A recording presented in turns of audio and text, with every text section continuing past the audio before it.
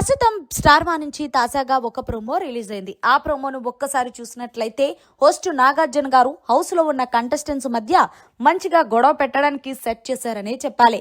ఈ కిందలో భాగంగా వీళ్ళకు ఒక టాస్క్ కూడా పెట్టారు. ఎవరు వారియర్, ఎవరు బ్యాక్ స్టాబ్బర్, ఎవరు ఎనిమి అని. ఇక ముందుగా భరణి లేచి, భరణి వారియర్ నువ్వైతే నీ ఆటలో ఎనిమి ఎవరు, ఎవరు బ్యాక్ స్టాబ్బర్ అనగానే డెమోను ఎనిమి అయితే నాకు డెమోనే సార్. ఎందుకు అంటే ఈ హౌస్ లో ఎవరైనా కష్టమైన ఫైటర్ ఉన్నారు అంటే అది నేను డెమోన్ చెప్తానంటూ ఇక బ్యాక్ స్టబ్బర్ గా అయితే సంజన పేరు చెప్పారు భరణి. ఇక ఇందులో భాగంగానే డెమోన్ వచ్చి నాకు బ్యాక్ స్టబ్బర్ గా అయితే గనక ఈ పవన్ కళ్యాణ్ అంటూ చెప్పుకొచ్చారు.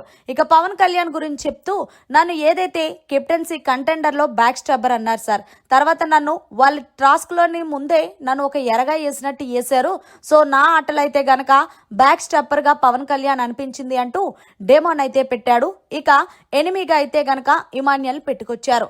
ఇక ఇందులో భాగంగానే ఇమాన్యుయల్ అయితే నాకు ఇద్దరు టఫెస్ట్ కంటెస్టెంట్స్ వేశారంటూ ఇమాన్యుయల్ మళ్ళీ సేఫ్ గేమ్ ఆడుతున్నాడు పవన్ కళ్యాణ్ డెమోన్ అంటూ.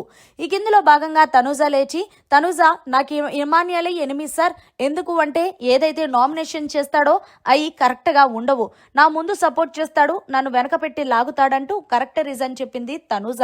ఇక రీతు కూడా ఇమాన్యుయల్ అంటూ చెప్పుకొచ్చి ఇమాన్యుయల్ కెప్టెన్సీ కంటెండర్ టాస్క్ లో నాకు సపోర్ట్ చేస్తావంటే చేస్తానని చెప్పి మళ్ళీ ఆయన మనసులో నన్ను తీసేయాలని అనుకున్నాడంట సార్. అందుకే నాకు ఇమాన్యుయల్ మీద అనిపించింది అంటే ఈలోగా ఇమాన్యుయల్ రీతుతో గొడవేసుకున్నాడు.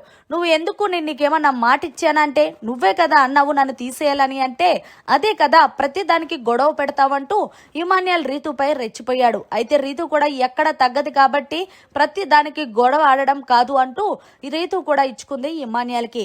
మరి మీ హౌస్ లో ఎవరు నిజంగానే ఈ సేఫ్ గేమ్ ఆడుతున్నారనేది కమెంట్ చేయండి. మరిన్ని లేటెస్ట్ లైవ్ అప్డేట్స్ కోసం చూస్తూనే ఉండండి మీడియా కార్నర్.